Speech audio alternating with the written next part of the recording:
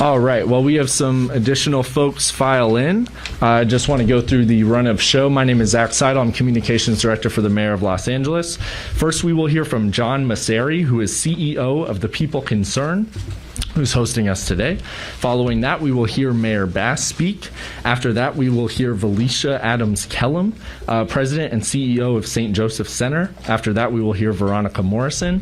Following that, the mayor will sign an executive directive on Inside Safe. We will then take questions, and then we will pause for a photo op. Actually, yeah, that's it. So on that note, that was the note. If you are interested in having the executive directive, please find me. I'll get you the text as well as spelling for the speakers. And on that note, John Masseri. Thank you, Zach, and good morning, everyone. Welcome to the People Concerned. On behalf of our agency and our volunteers and our staff, it's my pleasure to welcome you here this morning. I'm joined with, obviously, Mayor Bass, who's our star attraction this morning. Under her leadership, the launch of the Inside Safe initiative. We are joined also by colleagues from St. Joseph Center, PATH, LA Family Housing, HOPIX, and LASA, whose teams over the next days and weeks will be doing encampment work across the city. And we are so excited to be part of this initiative, which is really at the essence and the heart of what all of us are doing, which is to move people indoors and to create a pathway to permanent housing so that all Angelenos are housed, healthy, and safe. The thing that's exciting for us, and we are privileged to be part of this initiative, is that it brings together, I think, three critical components in this work. First, a sense of urgency, which Mayor Bass, on her very first day in office, declared a state of emergency, as she promised during the campaign. And we feel that urgency in the city of Los Angeles. Those of us on the front lines have felt that urgency for a very long time, and certainly the people that we serve feel that sense of urgency. The second is political will. We need to get it done. And so the alignment of all the city departments, the collaboration and partnership with our county partners and all levels of government to align towards the mission of moving people indoors and getting them permanently housed. And finally, adequate resources. So really harnessing the power of hotels and motels and interim housing to move people indoors as quickly as possible, and then connecting them to permanent housing resources. So it is our privilege to be part of this initiative. It is especially my privilege to have Mayor Bass here with us, and I'd like to introduce our great mayor, Karen Bass.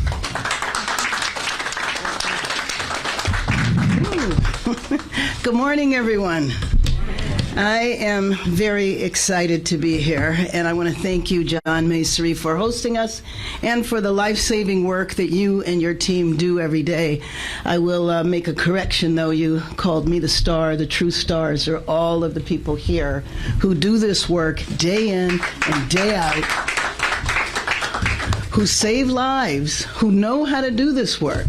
But I think that more and more the city needs to understand what you do, how you do it, and what we need to do is to have all of this get to the scale at which we can deal with the problem. I want to thank Felicia Adams-Kellum for standing here with me this morning and for your commitment to getting people off the streets and your commitment to developing Inside Safe. And I want to thank Veronica Morrison, who stands here with me today to share her story. My mission is to move Los Angeles forward with an urgent and strategic approach to addressing the homelessness crisis, and today we take a great step forward. My Inside Safe executive directive and initiative, which I will sign into effect today, represents a citywide, proactive, housing-led strategy to bring people inside from tents and encampments for good and to prevent encampments from returning. People should not be left to live and die on the streets because the city isn't giving them some place to go. Today, we are giving people safe places to move inside with ongoing support so that they can stay inside and safe for good. Inside Safe approach is a citywide and proactive housing-led strategy that will assess street homelessness across Los Angeles and then proactively engage with people living in tents and encampments based on which locations are most chronic and where people are suffering the most. We're in the process right now, just beginning, of identifying encampments, and as we do that work in outreach, we'll be gathering the information as to how many individuals are actually living in a given space. We do not know the numbers right now, but we will learn the numbers as we identify the encampments and identify how many people are in a given encampment or tent. Inside Safe is housing-based. People will be offered immediately quality housing and a commitment of services and permanent housing so they can stay inside Safe for good. The vast majority of people living on the streets say yes to real offers of housing and support.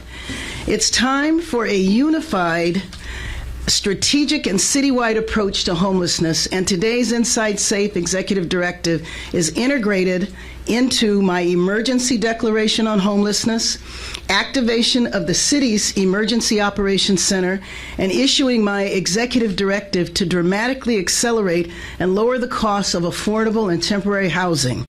A unified approach requires partnership, which is why I'm so encouraged by the recent votes from the City Council and the County Board of Supervisors in alignment with our strategy.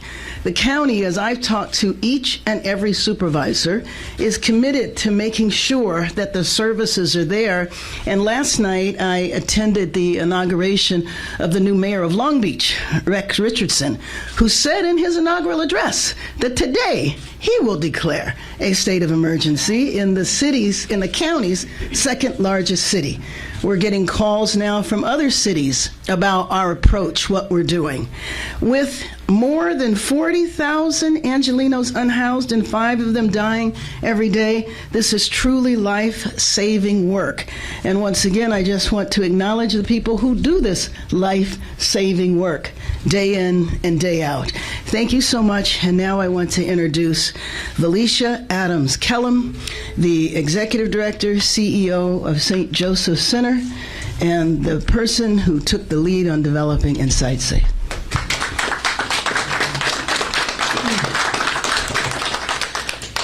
Thank you, everyone, and thank you, Mayor Bass. I appreciate your leadership. St. Joseph Center has been serving low-income and homeless individuals for 45 years. I've been doing this work for about 20. And often, people ask me, what is it going to take to end homelessness? And I always answer in 2 ways: leadership and collaboration between the city and county. I want to thank you again for your leadership, for your bold leadership. It's not easy to start day one and call an emergency, call it like it is, and really speak to the devastation that we see as nonprofit providers every day. The collaboration, we all know, is critically important to garner the resources, the political will, as John said, to get this done the right way. To not only bring people indoors momentarily, but to bring them in safely for the rest of their lives. And it is an honor to be a part of this work and to really see what it takes when we all come together to do good.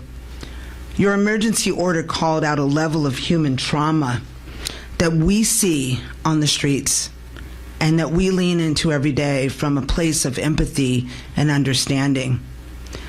It also addressed the chronic, devastating issues that our clients face, and it lifts up and tackles some of the barriers that keep outreach workers and case managers from housing individuals swiftly. The Inside Safe directive specifically calls out what it will take to bring the thousands of people who live unsheltered indoors. It starts with outreach, engagement, and assessment in a targeted area, getting to know who's there, trying to understand their needs, and area by area, bringing people inside. It involves trust. We're getting people to think differently about their lives and what they're capable of, and service providers are at the front line of doing that. Your directive also lifts up best practice, and I appreciate that. It acknowledges that central to all that we do in helping someone who's unhoused is offering housing. And I thank you for what you've done, Mayor Bass, and what we will do together to garner the resources that it will take to bring people indoors. Your inaugural speech called us all to lock arms. And St. Joseph Center is ready to lock arms with you, the city family, our county partners, all of the nonprofit agencies that do this work every day. We're ready, and we appreciate this moment with you. Thank you. And yes, it's an honor for me to introduce Veronica Morrison, and you're going to hear a wonderful person speak to her experience in this work, and it's an honor to have her as well. Thank you, Veronica. Good morning, everyone. So as everyone knows, my name is Veronica Morrison. I'm here to not only tell you that I believe these types of models work. I'm living proof of that. I came to St. Joseph Center with only lived experience, and I've been on the front line, outreach worker, peer specialist, again, coming in, working with other people just like me, people that have experience, people that are here wanting to make a difference, and we work together, as Dr. Adams says, locking arms, building trust, working on the ground, and really, really outreaching and reaching those that are most vulnerable. They're at their most vulnerable times. They don't know how to trust. They don't know how to just allow someone to help them, because whatever it is that they're going through, because everybody's story is different.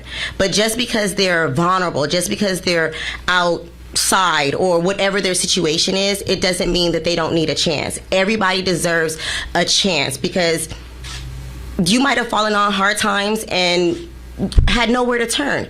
That's where people like us, and as we grow and we learn and we become more people together, we can continue that mission. And just as Mayor Bass's Inside Safe initiative continues to further that, continues to allow us to bring folks indoors and work and build people like myself, build people like all of these other people that are working together, and make that journey possible. We all become pieces of tape on the measuring stick. And from there, that's how you know that these things work, because we start to reach further and further as we put more pieces of tape on that measuring stick. So I just thank you all today for listening to me and hearing my story and understanding, and me being a person that's living proof, again, that these initiatives work. We're working, we're building trust, and we're making a difference every single day. I believe in this mission. I'm ready to continue working in this mission. Again, starting out as a peer, now I'm a program manager. So even now on another level, I'm teaching other people to be more great, and I'm able to reach more people, because as an outreach worker, I probably only could have helped maybe 20 people, right? But now as a program manager, I can teach a staff of 10 people to reach 20 people each. You understand what I'm saying? So we start talking about numbers, right? We're here to help, and I'm only one person. Dr. Adams is only one person. Mayor Bass is only one person. But when we're doing it together, we're all the people. We can reach so many more people. So I thank you guys again. I thank you, Mayor Bass.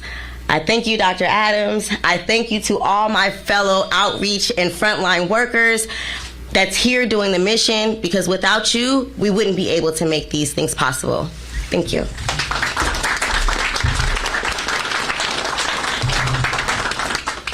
We'll take some questions now, and before I call on the first, or Zach is going to do that. Oh, I see. Excuse me. I'm supposed to sign the executive directive right now. You want to come up here, Zach? Am I supposed to do something different? Okay. He tells me what to do. All right. It is signed.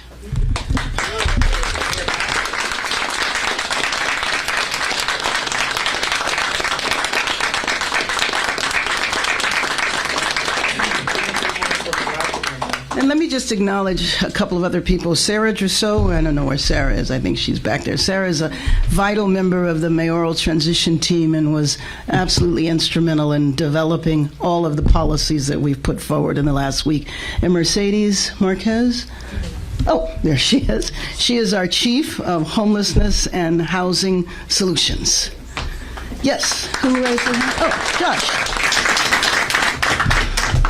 Mayor Bass, you just said bring them in for good, and on Yes. numerous occasions you and I have spoken, you said one of the biggest issues is that temporary housing Yes. often runs out. Right. I know that your emergency order cuts through the red tape, but you can never really build enough permanent housing right now that you will need. So what is your administration doing specifically in terms of permanent housing when you said bring them in for good? Sure. And so really it is all about a continuum, and the declaring the state of emergency and then the executive directive that we did to expedite building, you know, in the best of circumstances, that's still going to take months, which is why we're doing this program to get people off the streets to stop the suffering today.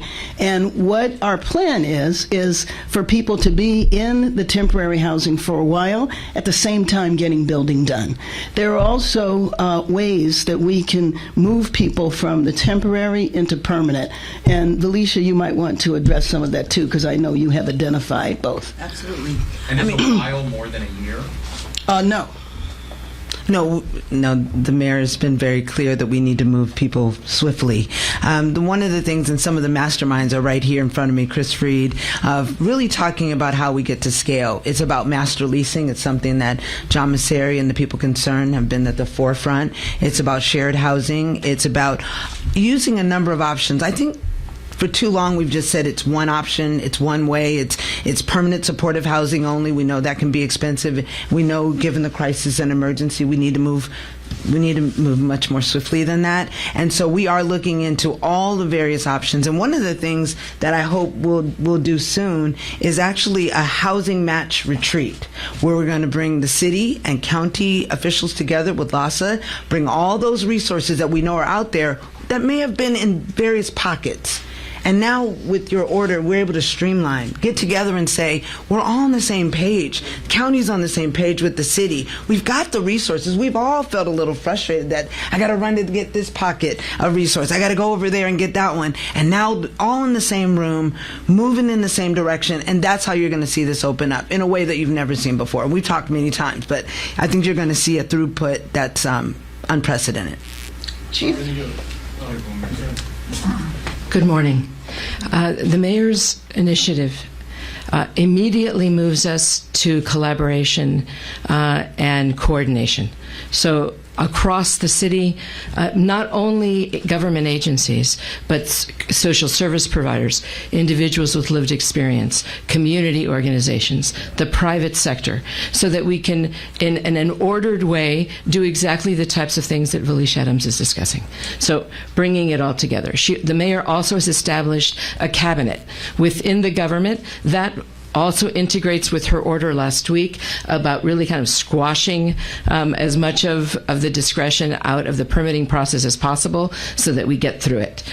All of those things together, plus work in the emergency declaration, we are all meeting within the EOC. It will be organized this way across sectors, and ultimately an action plan that we will now come forward to the mayor by March, taking into account all of the different strategies, but also the funding that will be required, and matching now with Measure ULA what it is that we will now be able to leverage from those dollars going forward. And Mayor Bass, I know that you went to an encampment yesterday. Can you just share anything about I did not. Oh, after at the Board of Supervisors. I did not. But I will be going. And what I actually want to do is I actually want to participate in your work, not for a photo op, so I can understand how the work is done. Mayor Bass. Mayor Bass. The two things I wonder about this is there is an encampment resolution going on right now. It's in Hollywood. What in your mind is like the cadence of this as your team is figuring out the action plan by March? How many of these do you expect? Is it one a week? How do you expect to do this? And where do you expect to find those beds that are required to make those offers to people to make them to kind of open the doors? You should come on up. Well, first of all, the service providers have identified the beds, Yeah. and so we know that there are specific motels where people can go to. In the best of all worlds, what I would like to see is us to be able to do this citywide. But we're not at that capacity just now. It's going to take us a minute to ramp up. I think this is day 9. No, day 10 of being mayor. Chief?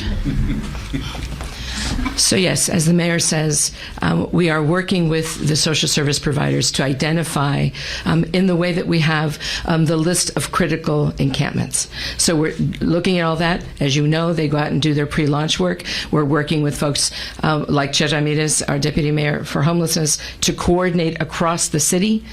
We're going forward. We already know where, as we're planning forward, where the motel rooms might be available. But as we're doing that, the difference here is that we're not just doing that, right? We're not just going encampment by encampment.